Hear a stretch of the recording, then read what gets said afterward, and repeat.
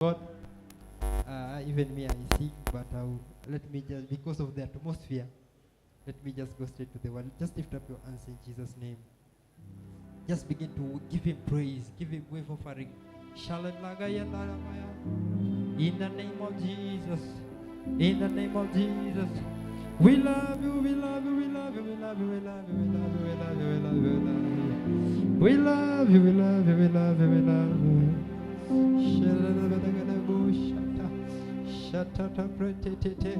In the name of Jesus, just give him praise.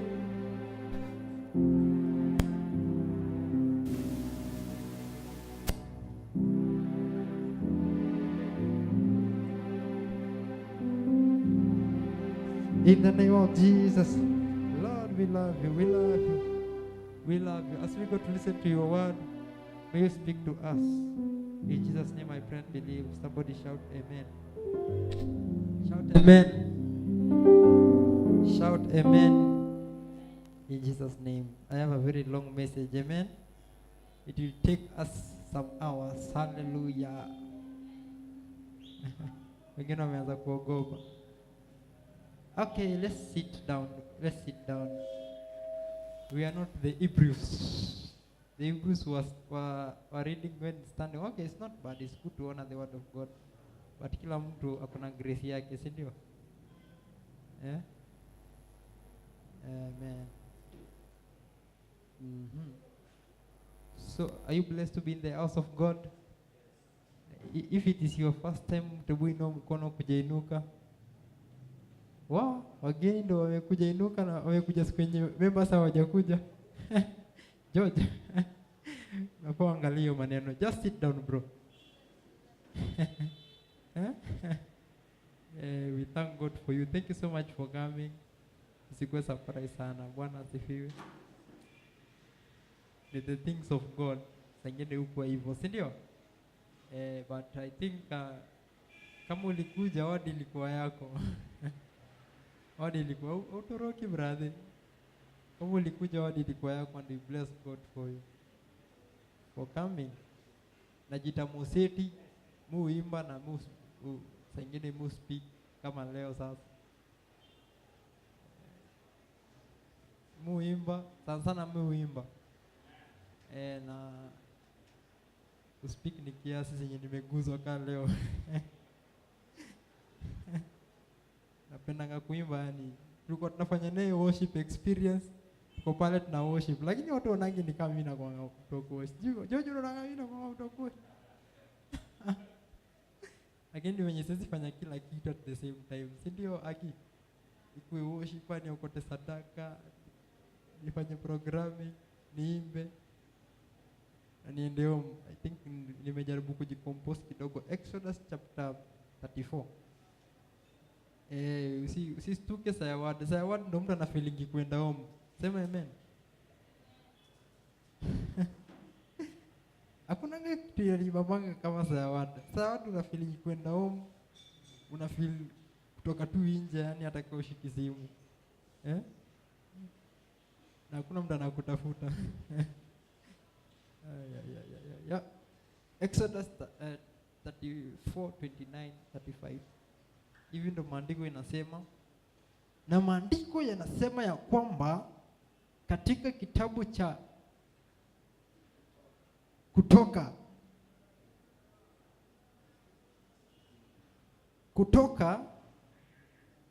34 sijui nina Kiswahili lakini haina shida.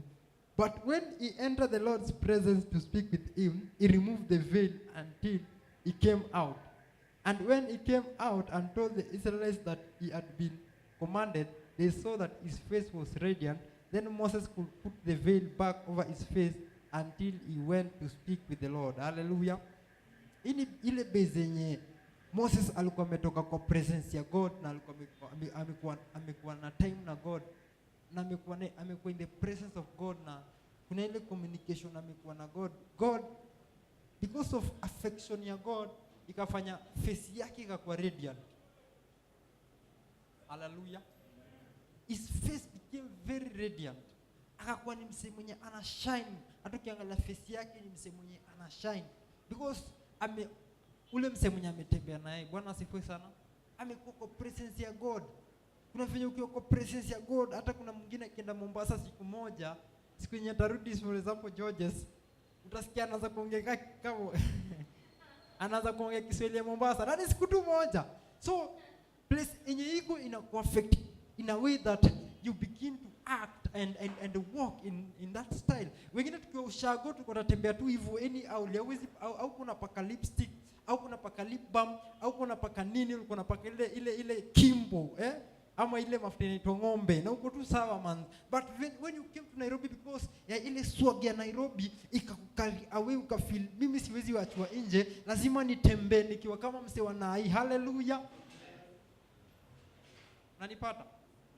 There is a friend of mine ni mse mwenye namjua kabisa, because natembea na yeye alianza kubehave venye mimi naongeanga nasikia anaanza kuongea hivyo.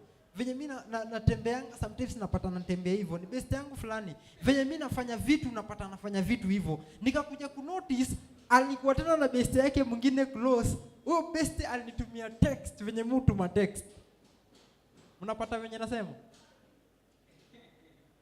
Unapata hiki kitu? So the person that you relate with, ukiangalia husband and wife, most of them they speak the same language. I mean, not the same language, but the same way, because this is the person that he relates or she relates with most of the time. Nenda nasumbuana naye pale kwa nyumba kila kitu. So the person that you work with determines how you speak, how you behave. Hallelujah. Ukiona msee anasag, friends wake wanasag. Ukiona msee anakatu hivi ana swaga, mabeste wake hawana swaga.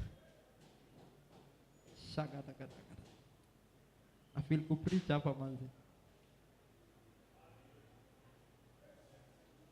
So Moses alikuwa ni mse mwenye akona understanding na ni mse mwenye alipenda God. Ukiangalia mse mwenye anapenda God na mse mwenye amekaa kwa presence ya God, na najaribu kuspeak na Kiswahili. Mse mwenye amekaa kwa presence ya God, kuna venye tu au behave ka God. Kuna venye unasema umse ni holier than thou, lakini si ati umse ni holier than thou, si kupenda kwake. Unapata mse amekuita priest ama mse amekuita wewe ni father. Si ati wewe ni father, ni ile relationship yenye uko nayo na father. Ule father wa mbinguni ndio anasema wewe ni father. Ama unakaa father. Hallelujah. Unapata huko unavaa trouser, lakini venye ukapata mabesti wengine wanavaa trouser, naongelea madem si maboy. Ukapata wase wengine wanavaa trouser, pia ukajipata ukianza kuvaa trouser na huko unavaa trouser. Nakumbuka ile church nilikuwa manze, haungeweza kuwa na nywele refu or something, haungeweza kuwa na swag. Kama wewe ni a lady, hakuna venye ungeweza kushuka na swag, ati umeenda China umechukua nywele ya China umeweka kwa kichwa yako, hiyo ingewezekana. Haungeweza kuwa na brother yako na sister ama neighbor venye hao wamekaa hivi ama venye hao wamekaa hivi, ladies wangekaa huku na men wangekaa huku, na ingekuwa ni normal. Haungeona ni kama abnormal, because ni kitu wamezoea na ni kitu wanafanyanga kila Sunday, na imekuwa kwa imestick into their hearts. Hawezi wa convince anyhow, because ni kitu wameshazoea. Unapata hiki kitu. Ukiona msema tembea kilimp, unajua sana musicians, they really affect mavijana sana. Unaona Willy Paul amekasijui nywele inakaaje. Ukiingia tao hivi kila mtu manze unashindwa ni nini? Wewe kwani ni nini man? Ni nini? What is happening here? Because ule mse mwenye anamfollow, ule mse mwenye anamu-influence, lazima chini jiulize nani anaku-influence. Naongelelea kuhusu hii topic inajiita greater glory. Yaani utukufu kuu. Yaani Kiswahili lakini greater glory. Bwana asifiwe. For you to experience greater glory unataka nini? Kuna vitu kadhaa hapa nime outline. Loss is to me ingawa because na si wote ni vijana na tuna understand, si ndio? Kuna mtu mwenye haelewi kinyo anasema? Bro, unapata kitu nasema? Agi unapata kitu nasema? Yeah. So ndio u experience greater glory. Kuna vitu kadhaa lazima accept na ukubali kutembea nazo. Without these things manze hauwezi work out. Hakuna venye life yako inaweza ikakuwa fiti. Sijui kama kuna mtu anaget up.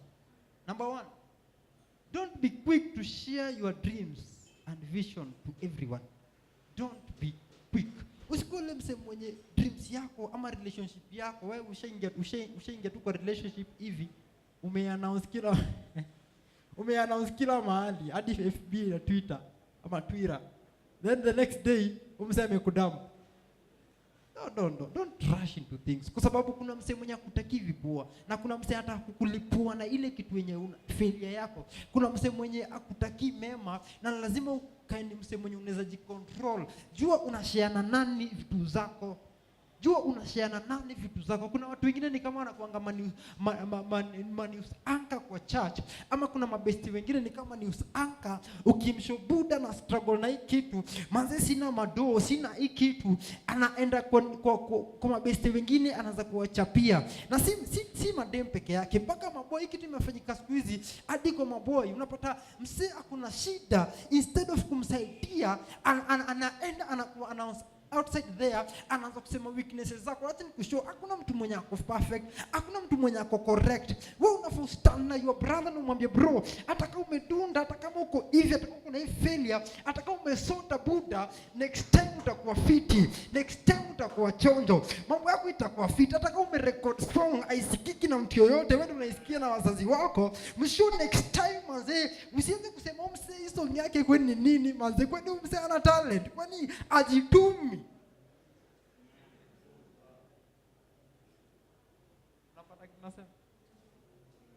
Umse mbona anakuangalia shati moja? Kwani umse kwani ajui tuko na hii place yenye lazima uextend mashati mpaka wamekujua na hiyo shati buda. Like wewe ukitokea tu hivi mpaka watu wa Sunday school wametambua hiyo shati yako, wanakurecognize na shati, alafu unampata mbele ya wase unamblast kwani buda au nanga shati nyingine. Au mseme ka weave moja, sijui ni weave ama ni nini. Weave moja amekaa nayo. How long does a weave need to take, ladies? 9 months. Kwani ni mtoi? Tuseme ni okay, sijaiweka weave. Ni ngapi tuseme for example, wewe unajua ngapi? Ala? Uko ndani kweli? Jina lako ni sawa. Ngapi? Okay, tuseme okay. Wacha sema 9 months. Sawa. Weave yako inafaike 9 months ama kuna venye inafaike 9 months, alafu umekuja ukakaa nayo 2 years, and then best yako anakukuta anakuchomea mbele ya mabeste zako. Na si ati ni kupenda kwako manze, ni ile tu hauna ganji, hauna madola za kukusupport upate weave nyingine. Unapata tunasema. So usikuwe mtu wa quick shot. Acha kama uko na Bible open Nehemiah 2 verse 13. Nehemiah 2 verse 13, alafu mwingine afungue hiyo. Mwingine afungue Psalms chapter 1. Mwingine afungue Psalms 1 chapter 1. Ndio tukifika hivi tuna nini tu hizi haraka. Mwingine afungue Ezra 6:14. Kama uko na Bible kwa simu ama uko nayo kwa mind. Mwingine afungue Nehemiah, umefungua? Nehemiah 2:13. Nehemiah 2:13. Nehemiah 2:13. Mwingine afungue Ezra 6:14. Ezra umefungua? Acha nipatie wewe Bible yangu. At least wachangamke, si ndio? Tuende tu hiyo. Tunataka kwanza na George. Kuja hapo tusome hiyo Bible haraka. Mwingine ajiprepare na Psalms 1 chapter 1 verse 6. Alafu mwingine nyinyi hii group ifungue. Umefungua? Ezra chapter 6:14. Alafu nyinyi fungueni Nehemiah 4:15 to 18. Tutasoma tukiendelea. Na Nehemiah 13:25, hii group ndio kujia baadaye. George. Amen. The word says in the book of Nehemiah 2:13. By night I went out through the valley gate towards the Jackal, well and the Dung gate, examining the walls of Jerusalem, which had been broken down, and its gates, which had been destroyed by fire. By night I went out through the valley gate towards the Jackal, well and the Dung gate, examining the walls of Jerusalem, which had been broken down, and its gates, which had been destroyed by fire. Then I moved on towards the fountain gate and the king's pool, but there was not enough room for my mount to get through. So I went up the valley by night examining the wall. Finally, I turned back and re-entered through the valley gate. The officials did not know where I had gone or what I was doing, but because as yet I had said nothing to the Jews or the priests or the nobles or officials or any others who will be doing the work. Biblia inasema hakuna mse mwenye alitambua kenye Nehemia alienda kufanya. Nehemia alipromisiwa na God, alikuwa na ile ati ku rebuild the temple na alienda by night. Hakuambia mse yote, alienda by night. So alienda by night. So kama unataka kufanya kitu yote Tina, unasikia Tina, usikuwe ni ule mse mwenye unaenda unashare na George, unashare na Amos, unashare na hii timu yote. Strategize yourself kwanza, jipange kwanza, useme sasa mimi nataka kudui kitu. Kama ni nini kladi unataka kununua, jipange kuwa na hizo endo nunue. Ukishanunua kuja umwambie nimenunua hii kladi. Yes, ni rahisi. Ndio. Other than sharing with people, they will speak against you. They will discourage you. They will speak negative. Wanasema wewe uwezi, kladi sio yako. Kuna watu wenye kama ni ndai unataka kununua, enda ununue ile ndai ya passion yako. Ukisanunua, oh my goodness, ukishanunua kama kwa Amos ama kama kwa Pius, ambia Pius manze nishanunua hii ndai nilikuwa nataka. Hii doctrine nilikuwa nataka kupaya. Angalia sasa nishanunua. Kitu ya kwanza tumesema ni nini? Don't be quick to share your story. Sawa. Just be silent. Work on yourself. Kama utakurudi juu, be silent. Work on yourself. Gather money. Ingia shule alafu ambie ni aje mimi nimeshaingia shule. Sawa. Hiyo ndio utaweza ku-experience greater glory. Hallelujah. Walk with the right people. Iji Moses walked. Nyinyi mmefungwa Psalms verse 1. Mmefungwa? Nani amefungwa Psalms 1? Tina. Ala? Iti mi hapo imefungwa? Afungua Psalms chapter 1 basi. Verse 1 to 6. Alafu utakuja hapo usome. So, walk with the right people. Nakumbuka Moses kuna time fulani alikuwa ameenda battlefield. Vile alikuwa ameenda battlefield, akaanza mkono yake akaanza kuchoka. Akaita Joshua na Ur hawakuweka mkono yake chini kabisa washindwe. But kenye walifanya walianza kusupport because ya ile battle yenye walikuwa ndani yao because walijua Moses akishinda hata wao wameshinda. Lazima ukiunderstand beste unatembea naye si beste mwenye anakudiscourage. Beste yako kuna venye anaweza kuwa anaendesha ndai alafu ako pale haizi kuambia secret. Beste yako true anafaa kuambia Buddha, wacha nikupatie secret ya business. Wacha nikushow venye vitu ziko. Kama ni unataka usanii, kama unataka uprosper in hii kitu, kama unataka kujoin kampo ama kufanya hii kitu fulani, kama unataka kuavoid hii kitu inakusumbua, fanya hivi na hivi. Beste yako atakuadvise ufanye kitu right, si kitu wrong. Sema amen. Best yako ataku-advise uvinye unaweza achieve goal yako haraka, na apart from kuku-advise pia atakusupport. Atasupport kinyo unafanya, atasupport projects zako, atasupport ile kitu wewe unataka in life. Umefika? Come bio. Yeah. Psalms 1, verse 1 to 6. Blessed is the man that walketh not in the counsel of the ungodly, nor standeth in the way of sinners, nor sitteth in the seat of the scornful. But his delight is in the law of the Lord, and in his law doth he meditate day and night. And he shall be like a tree planted by the rivers of water, that bringeth forth his fruit in his season. His leaf also shall not wither, and whatsoever he doeth shall prosper. The ungodly are not so, but are like the chaff which the wind driveth away. Therefore the ungodly shall not stand in the judgment, nor sinners in the congregation of the righteous. For the Lord knoweth the way of the righteous, but the way of ungodly shall perish. Asante, let's appreciate her. So your scripture is self-explanatory, na ni scripture yenye mmesomewa sana Sunday school, that blessed is the man who walk not in the, who is not sit, who not does this and this. This person is a person that is selective of his friends.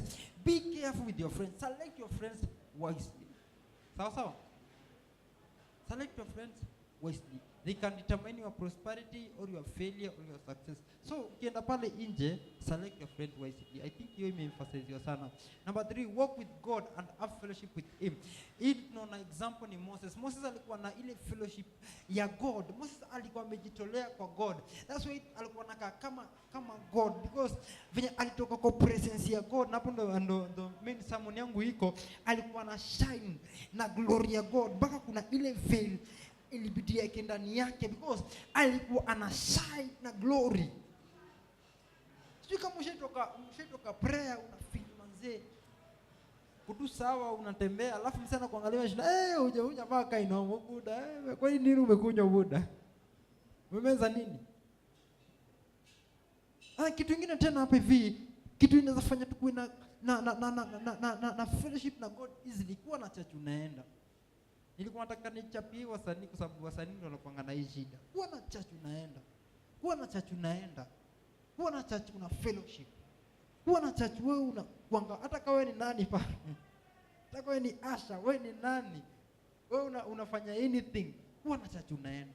Ndio hiyo kitu itakusupport uweze kugrow in God, uweze kujua God more than unamjua saizi. Unapata? Ukiwa close na mtu unaweza kumjua rahisi. Ukiwa close na mtu unaweza kurelate naye rahisi, because zile jokes zenye anatoa na zenye unatoa ziko wote mna understand the background of the story. Si ndio Tina? Kama umetembea na Esther una understand Esther, kuna venye Esther place ya Esther work, mabesti wa Esther unawajua na Esther anajua mabesti wako. Ukitolea Esther joke atacheka, because Esther anajua ule besti yako character trait yake venye iko na wewe unajua. Si ndio Tina? So utacheka, lakini ukikaa na msemo mwingine mwenye ujirelate naye amjui, hata siku ya kwanza huwezi ongea sana, utajifanya wewe ni mngwana, wewe ni mtu mwenye uko confined, wewe ni mtu mwenye hauwezi toa joke moto. But ukishakutana na wewe msemo umezoeana na yeye, kuna ile joke unatoa mpaka msemo kumbe anakuanga tu hivi. Kuna venye Pius, kabla hujapatana na Pius unaweza judge in a certain angle, useme Pius anakaanga hivi, but ukisharelate na Pius utanotice Pius si venye ulikuwa unafikiria, ama ni aje bro? Ukisharelate na msee utakuja kunotice msee kuna change kubwa sana ndani yake. Ezra 6:14, nani alikuwa anasoma Ezra 6:14? Tina, haya kimbia. Kumbe nilikuwa nakutaja wewe ndio uko next. Ezra 6:14. Aya, Nehemiah 4:15-18. Ni nani akina nani nyinyi? Ndawaita. Aya, nyinyi tena. Nehemiah 13:25. Aya, kidogo tu tena. Nehemiah 4:6. Hii timu hapa. Na upatie boy mmoja asome, sawa? Nehemiah 4:6. Alafu boy mwingine atasoma Job.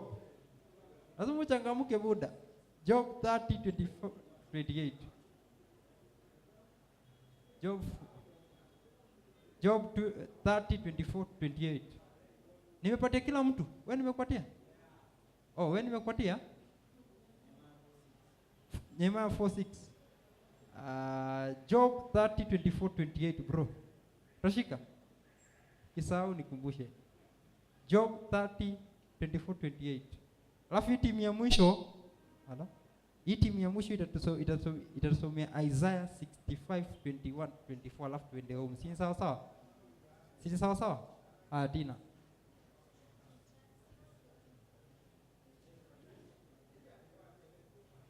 So the elders of the Jews continued to build and prosper under the preaching of Haggai the prophet and Zechariah, a descendants of Iddo.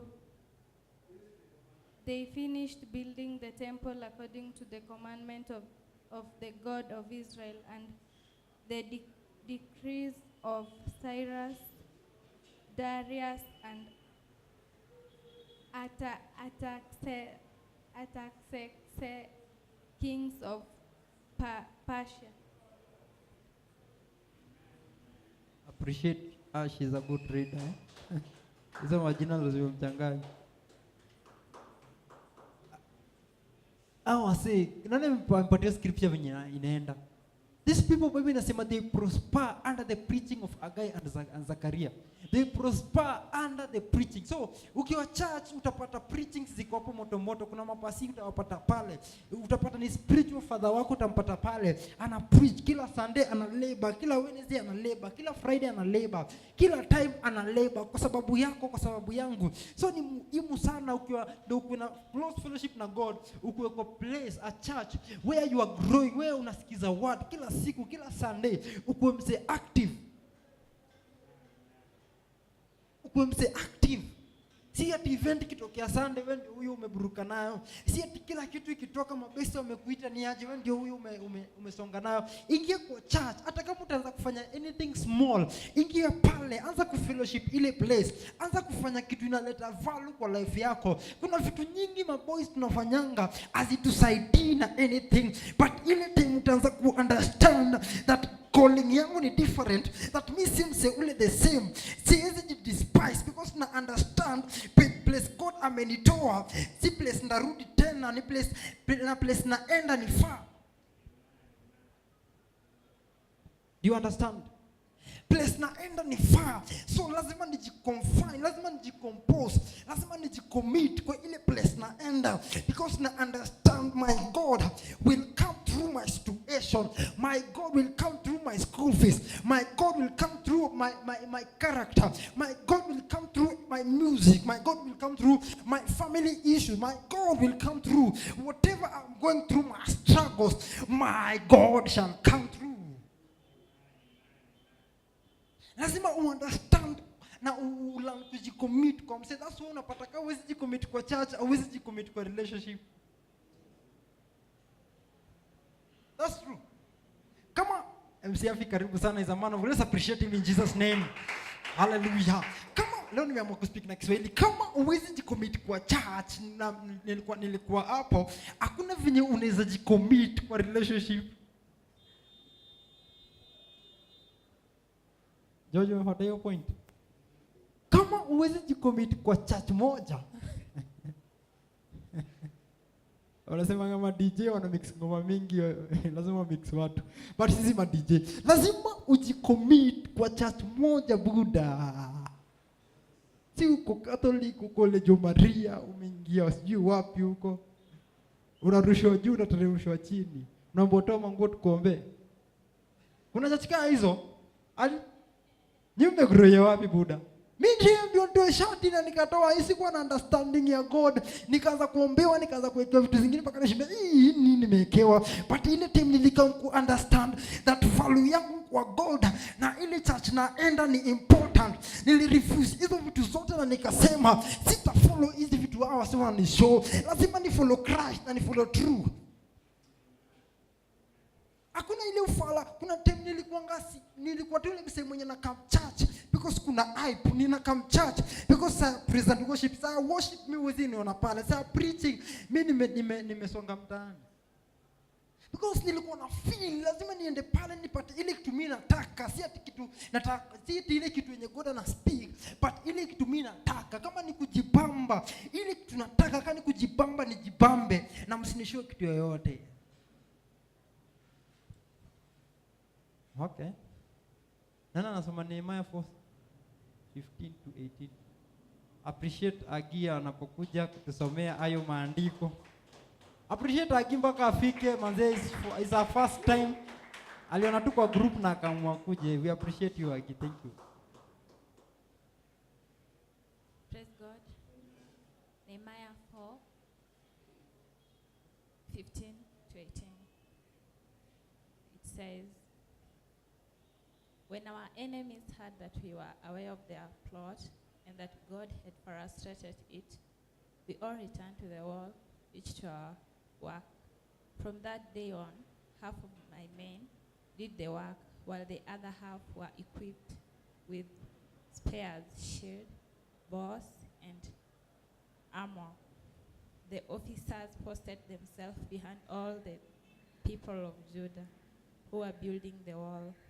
Those who carried material did their work with one hand and held a weapon in the other. And each of the builders wore his sword at his side as he walked. But the man who sounded the trumpet stayed with me. Thanks so much. May understand your scripture?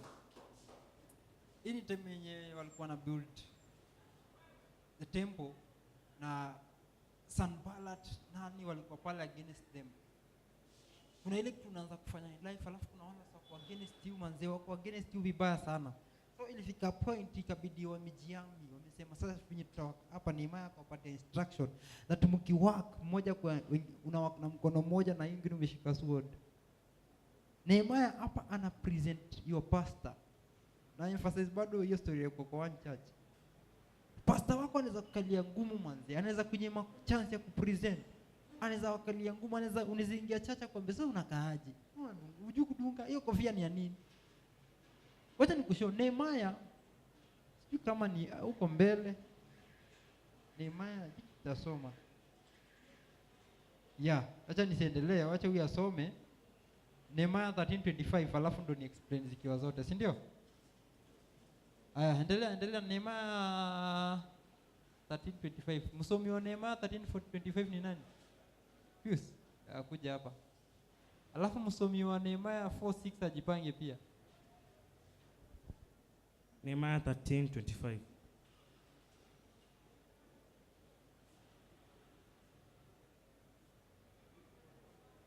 It says, I rebuked them and called curses down on them. I beat some of the men and pulled out their hair. I made them take on an oath in God's name and said, you are not to give your daughters in marriage to their sons, nor are you to take their daughters in marriage for your sons or for yourselves. Let's appreciate peace. Sijui kama understand hizi vitu tunajaribu kusema hapa. Nehemia alikuwa msekrezi mpaka akikupata kwa scene MC Alfi Kenya anafanya anakupiga anakukasa na anatoa nywele yako anapuli. Nani anashifanywa hivyo hapa?